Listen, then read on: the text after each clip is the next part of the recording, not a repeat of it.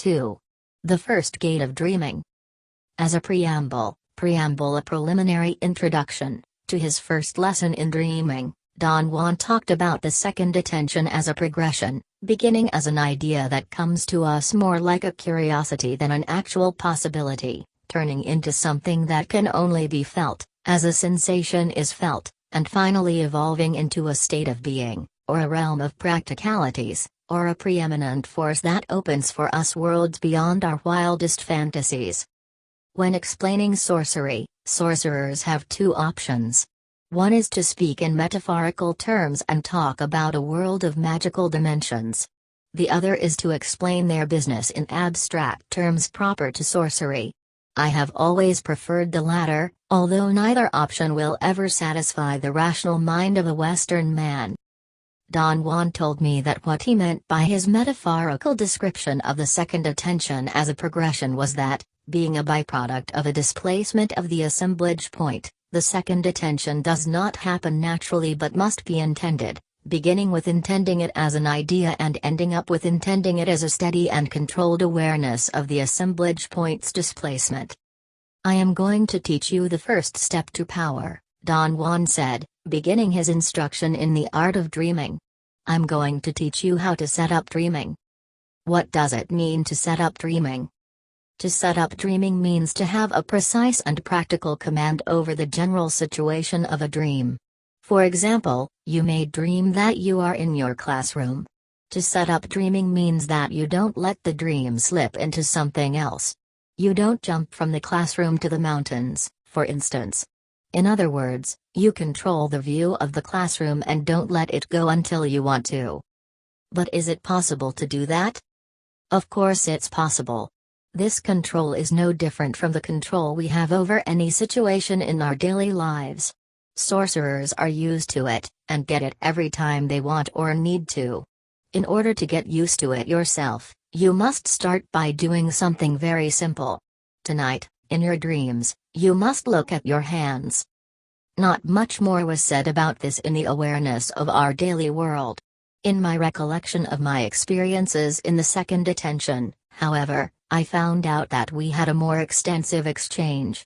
For instance, I expressed my feelings about the absurdity of the task, and Don Juan suggested that I should face it in terms of a quest that was entertaining, instead of solemn and morbid. "Get as heavy as you want when we talk about dreaming," he said. "Explanations always call for deep thought. But when you actually dream, be as light as a feather. Dreaming has to be performed with integrity and seriousness, but in the midst of laughter and with the confidence of someone who doesn't have a worry in the world. Only under these conditions can our dreams actually be turned into dreaming." Don Juan assured me that he had selected my hands arbitrarily as something to look for in my dreams and that looking for anything else was just as valid. The goal of the exercise was not finding a specific thing but engaging my dreaming attention. Don Juan described the dreaming attention as the control one acquires over one's dreams upon fixating the assemblage point on any new position to which it has been displaced during dreams. In more general terms, he called the dreaming attention an incomprehensible facet of awareness that exists by itself waiting for a moment when we would entice it, a moment when we would give it purpose. It is a veiled faculty that every one of us has in reserve but that we never have the opportunity to use in everyday life. My first attempts at looking for my hands in my dreams were a fiasco. After months of unsuccessful efforts, I gave up and complained to Don Juan again about the absurdity of such a task. "There are 7 gates," he said as a way of answering, "and dreamers have to open all 7 of them, one at a time. You're up against the first gate that must be opened if you are to dream. Why didn't you tell me this before?" It would have been useless to tell you about the gates of dreaming before you smacked your head against the first one. Now you know that it is an obstacle and that you have to overcome it. Don Juan explained that there are entrances and exits in the energy flow of the universe and that, in the specific case of dreaming, there are 7 entrances experienced as obstacles, which sorcerers call the 7 gates of dreaming. The first gate is a threshold we must cross by becoming aware of a particular sensation before deep sleep, he said. A sensation which is like a pleasant heaviness that doesn't let us open our eyes. We reach that gate the instant we become aware that we're falling asleep, suspended in darkness and heaviness. How do I become aware that I am falling asleep? Are there any steps to follow? No. There are no steps to follow. One just intends to become aware of falling asleep. But how does one intend to become aware of it? Intent or intending is something very difficult to talk about. I or anyone else would sound idiotic trying to explain it. Bear that in mind when you hear what I have to say next. Sorcerers intend anything they set themselves to intend, simply by intending it. That doesn't mean anything, Don Juan. Pay close attention. Someday it'll be your turn to explain. The statement seems nonsensical because you are not putting it in the proper context. Like any rational man, you think that understanding is exclusively the realm of our reason, of our mind. For sorcerers, because the statement I made pertains to intent and intending, understanding it pertains to the realm of energy. Sorcerers believe that if one would intend that statement for the energy body would understand it in terms entirely different from those of the mind. The trick is to reach the energy body. For that you need energy. In what terms would the energy body understand that statement, Don Juan? In terms of a bodily feeling which is hard to describe. You'll have to experience it to know what I mean. I wanted a more precise explanation, but Don Juan slapped my back and made me enter into the second attention. At that time, what he did was still utterly mysterious to me. I could have sworn that his touch hypnotized me. I believed he had instantaneously put me to sleep, and I dreamt that I found myself walking with him on a wide avenue lined with trees in some unknown city. It was such a vivid dream, and I was so aware of everything that I immediately tried to orient myself by reading signs and looking at people. It definitely was not any English or Spanish-speaking city, but it was a Western city. The people seemed to be Northern Europeans, perhaps Lithuanians. I became absorbed in trying to read billboards and street signs. Don Juan nudged me gently. "Don't bother with that," he said. "We are nowhere identifiable. I've just lent you my energy so you would reach your energy body, and with it you've just crossed into another world. This won't last long, so use your time wisely. Look at everything, but without being obvious. Don't let anyone notice you." We walked in silence. It was a block-long walk which had a remarkable effect on me. The more we walked, the greater my sensation of visceral anxiety. My mind was curious, but my body was alarmed. I had the clearest understanding that I was not in this world. When we got to an intersection and stopped walking, I saw that the trees on the street had been carefully trimmed. They were short trees with hard-looking, curled leaves. Each tree had a big square space for watering. There were no weeds or trash in those spaces, as one would find around trees in the city, only charcoal black, loose dirt. The moment I focused my eyes on the curb, before I stepped off it to cross the street, I noticed that there were no cars.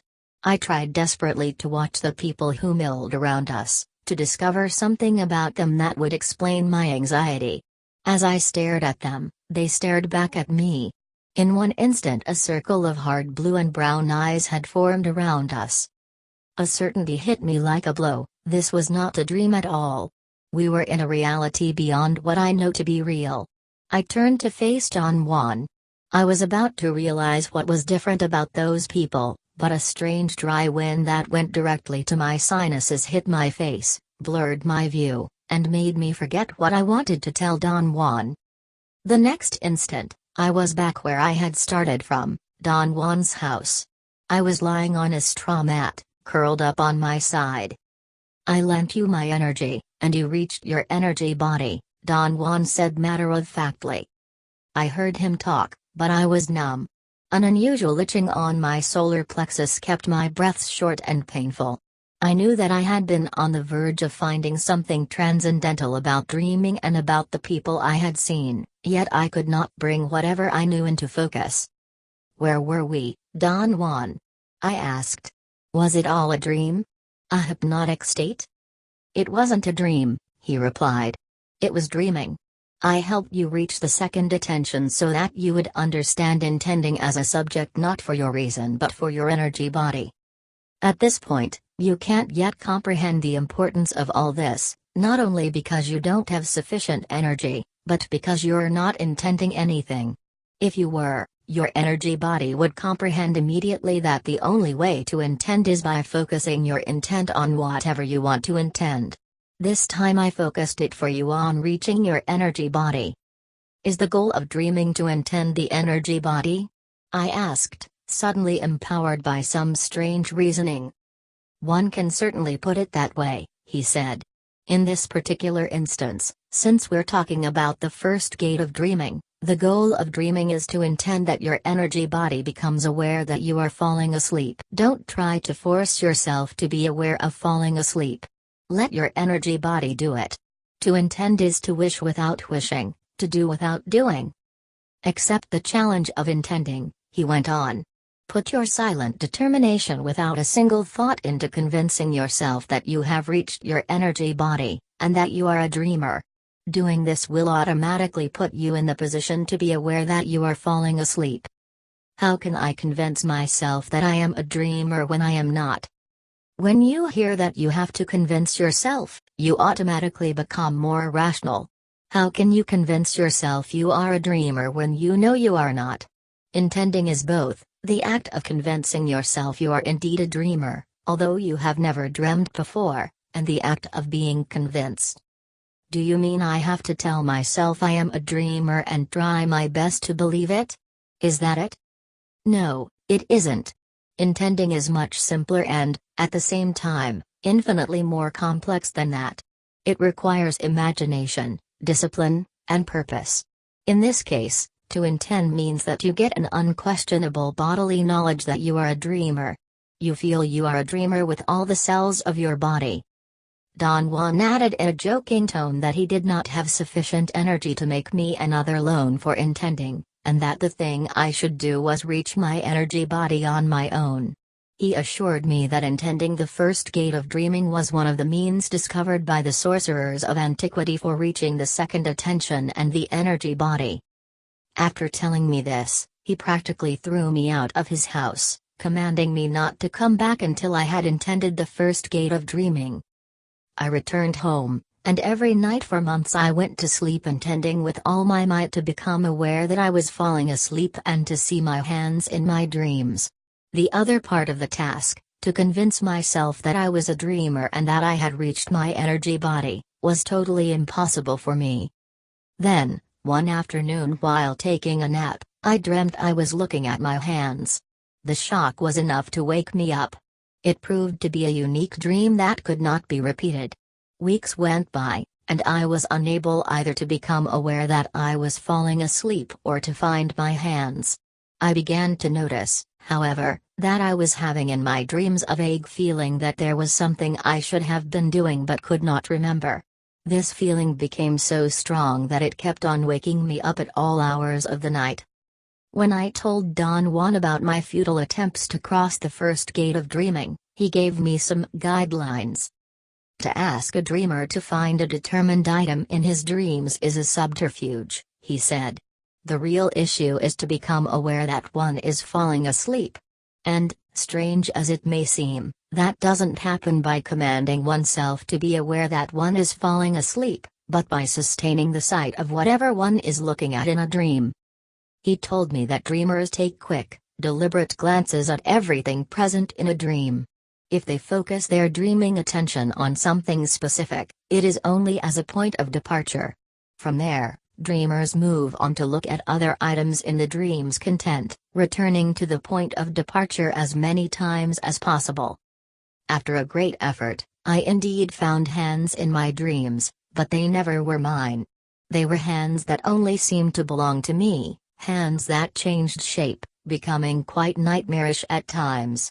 The rest of my dream's content, nonetheless, was always pleasantly steady. I could almost sustain the view of anything I focused my attention on. It went on like this for months until one day when my capacity to dream changed seemingly by itself. I had done nothing special besides my constant earnest determination to be aware that I was falling asleep and to find my hands. I dreamt I was visiting my hometown. Not that the town I was dreaming about looked at all like my hometown, but somehow I had the conviction that it was the place where I was born. It all began as an ordinary, yet very vivid dream. Then the light in the dream changed. Images became sharper. The street where I was walking became noticeably more real than a moment before. My feet began to hurt. I could feel that things were absurdly hard. For instance, on bumping into a door, not only did I experience pain on the knee that hit the door, but I was also enraged by my clumsiness. I realistically walked in that town until I was completely exhausted. I saw everything I could have seen had I been a tourist walking through the streets of a city. There was no difference whatsoever between that dream walk and any walk I had actually taken on the streets of a city I visited for the first time. "I think you went a bit too far," Don Juan said after listening to my account. "All that was required was your awareness of falling asleep. What you've done is equivalent to bringing a wall down just to squash a mosquito sitting on it." "Do you mean, Don Juan, that I flubbed it?" "No. But apparently you're trying to repeat something you did before. When I made your assemblage point shift, and you and I ended up in that mysterious city, you were not asleep. You were dreaming, but not asleep, meaning that your assemblage point didn't reach that position through a normal dream. I forced it to shift." "You certainly can reach the same position through dreaming, but I wouldn't advise you to do that at this time." "Is it dangerous?" "And how? Dreaming has to be a very sober affair. No false movement can be afforded. Dreaming is a process of awakening, of gaining control. Our dreaming attention must be systematically exercised because it is a door to the second attention." "What's the difference between the dreaming attention and the second attention?" "The second attention is like an ocean, and the dreaming attention is like a river feeding into it. The second attention is the condition of being aware of total worlds, total like our world is total, while the dreaming attention is the condition of being aware of the items of our dreams." He heavily stressed that the dreaming attention is the key to every movement in the sorcerer's world. He said that among the multitude of items in our dreams, there exist real energetic interferences, things that have been put in our dreams extraneously by an alien force. To be able to find them and follow them is sorcery. The emphasis he put on those statements was so pronounced that I had to ask him to explain them. He hesitated for a moment before answering. "Dreams are, if not a door, a hatch into other worlds," he began. "As such, dreams are a two-way street. Our awareness goes through that hatch into other realms, and those other realms send scouts into our dreams." "What are those scouts?" "Energy charges that get mixed with the items of our normal dreams. They are bursts of foreign energy that come into our dreams, and we interpret them as items familiar or unfamiliar to us." "I am sorry, Don Juan, but I can't make heads or tails out of your explanation." "You can't because you're insisting on thinking about dreams in terms known to you, as what occurs to us during normal sleep.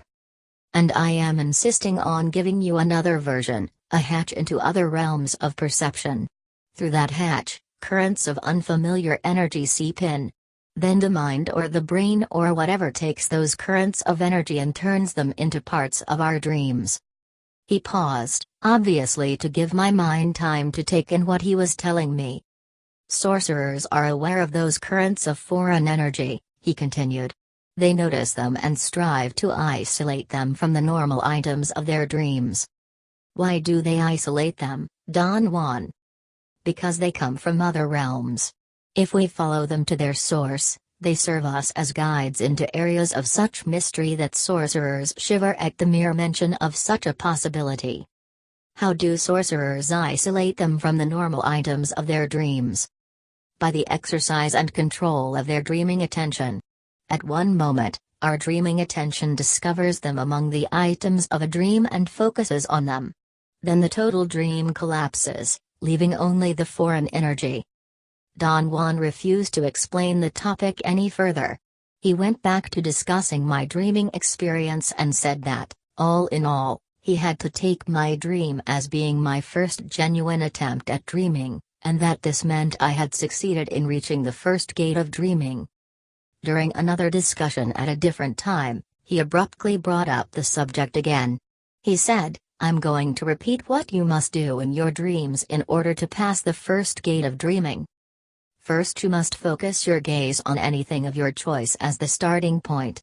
Then shift your gaze to other items and look at them in brief glances. Focus your gaze on as many things as you can.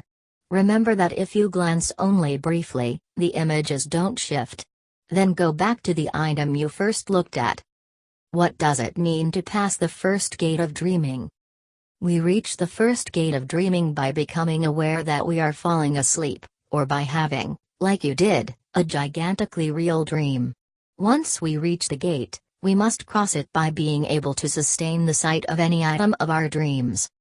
I can almost look steadily at the items of my dreams, but they dissipate too quickly. This is precisely what I am trying to tell you. In order to offset the evanescent tending to vanish like vapor, quality of dreams, sorcerers have devised the use of the starting point item. Every time you isolate it and look at it, you get a surge of energy, so at the beginning don't look at too many things in your dreams. 4 items will suffice. Later on, you may enlarge the scope until you can cover all you want, but as soon as the images begin to shift and you feel you are losing control, go back to your starting point item and start all over again. Do you believe that I really reached the first gate of dreaming, Don Juan? You did, and that's a lot. You'll find out, as you go along, how easy it'll be to do dreaming now. I thought Don Juan was either exaggerating or giving me incentive. But he assured me he was being on the level. The most astounding thing that happens to dreamers, he said, is that on reaching the first gate, they also reach the energy body. What exactly is the energy body? It's the counterpart of the physical body. A ghost-like configuration made of pure energy. But isn't the physical body also made out of energy? Of course it is. The difference is that the energy body has only appearance but no mass. Since it's pure energy, it can perform acts that are beyond the possibilities of the physical body. Such as what, for example, Don Juan? Such as transporting itself in one instant to the ends of the universe. And dreaming is the art of tempering the energy body, of making it supple and coherent by gradually exercising it. Through dreaming, we condense the energy body until it's a unit capable of perceiving. Its perception, although affected by our normal way of perceiving the daily world, is an independent perception. It has its own sphere. What is that sphere, Don Juan? Energy. The energy body deals with energy in terms of energy. There are 3 ways in which it deals with energy in dreaming. It can perceive energy as it flows, or it can use energy to boost itself like a rocket into unexpected areas, or it can perceive as we ordinarily perceive the world. What does it mean to perceive energy as it flows? It means to see. It means that the energy body sees energy directly as a light, or as a vibrating current of sorts, or as a disturbance. Or it feels it directly as a jolt, or as a sensation that can even be pain. What about the other way you talked about, Don Juan? The energy body using energy as a boost. Since energy is its sphere, it is no problem for the energy body to use currents of energy that exist in the universe to propel itself. All it has to do is isolate them, and off it goes with them. He stopped talking and seemed to be undecided, as if he wanted to add something, but was not sure about it. He smiled at me, and just as I was beginning to ask him a question, he continued his explanation. I've mentioned to you before that sorcerers isolate in their dreams scouts from other realms, he said. Their energy bodies do that. They recognize energy and go for it. But it isn't desirable for dreamers to indulge in searching for scouts. I was reluctant to tell you about it because of the facility with which one can get swayed by that search. Don Juan then quickly went on to another subject. He carefully outlined for me an entire block of practices, At the time, I found that on one level it was all incomprehensible to me. Yet on another level it was perfectly logical and understandable. He reiterated that reaching with deliberate control the first gate of dreaming is a way of arriving at the energy body. But to maintain that gain is predicated on energy alone. Sorcerers get that energy by redeploying, in a more intelligent manner, the energy they have and use for perceiving the daily world. When I urged Don Juan to explain it more clearly, he added that we all have a determined quantity of basic energy. That quantity is all the energy we have, and we normally use all of it for perceiving and dealing with our engulfing world. He repeated various times, to emphasize it, that there is no more energy for us anywhere. And since our available energy is already engaged, there is not a single bit left in us for any extraordinary perception, such as dreaming. Where does that leave us? I asked. It leaves us to scrounge energy for ourselves wherever we can find it, he replied. Don Juan explained that sorcerers have a scrounging method. They intelligently redeploy their energy by cutting down anything they consider superfluous serving no useful purpose, having no excuse for being, in their lives. They call this method the sorcerer's way. In essence, the sorcerer's way, as Don Juan put it, is a chain of behavioral choices for dealing with the world, choices much more intelligent than those our progenitor and ancestor in the direct line, taught us. These sorcerers' choices are designed to revamp our lives by altering our basic reactions about being alive. What are those basic reactions? I asked. There are two ways of facing our being alive, he said. One is to surrender to it, either by acquiescing to its demands or by fighting those demands. The other is by molding our particular life situation to fit our own configurations. Can we really mold our life situation, Don Juan? One's particular life situation can be molded to fit one's specifications, Don Juan insisted. Dreamers do that. A wild statement? Not really, if you consider how little we know about ourselves. He said that his interest as a teacher was to get me thoroughly involved with the themes of life and being alive, that is to say, with the difference between life, as a consequence of biological forces, and the act of being alive, as a matter of cognition. When sorcerers talk about molding one's life situation, Don Juan explained, they mean molding the awareness of being alive. Through molding this awareness, we can get enough energy to reach and sustain the energy body, and with it we can certainly mold the total direction and consequences of our lives. Don Juan ended our conversation about dreaming by admonishing counsel in terms of someone's behavior, me not merely to think about what he had told me, but to turn his concepts into a viable way of life by a process of repetition. He claimed that everything new in our lives, such as the sorcerer's concepts he was teaching me, must be repeated to us to the point of exhaustion before we open ourselves to it. He pointed out that repetition is the way our progenitors socialized us to function in the daily world. As I continued my dreaming practices, I gained the capability of being thoroughly aware that I was falling asleep, as well as the capability of stopping in a dream to examine at will anything that was part of that dream's content. To experience this was for me no less than miraculous. Don Juan stated that as we tighten the control over our dreams, we tighten the mastery over our dreaming attention. He was right in saying that the dreaming attention comes into play when it is called, when it is given a purpose. Its coming into play is not really a process as one would normally understand a process as an ongoing system of operations, or a series of actions or functions that bring about an end result. The dreaming attention is rather an awakening. Something dormant becomes suddenly functional.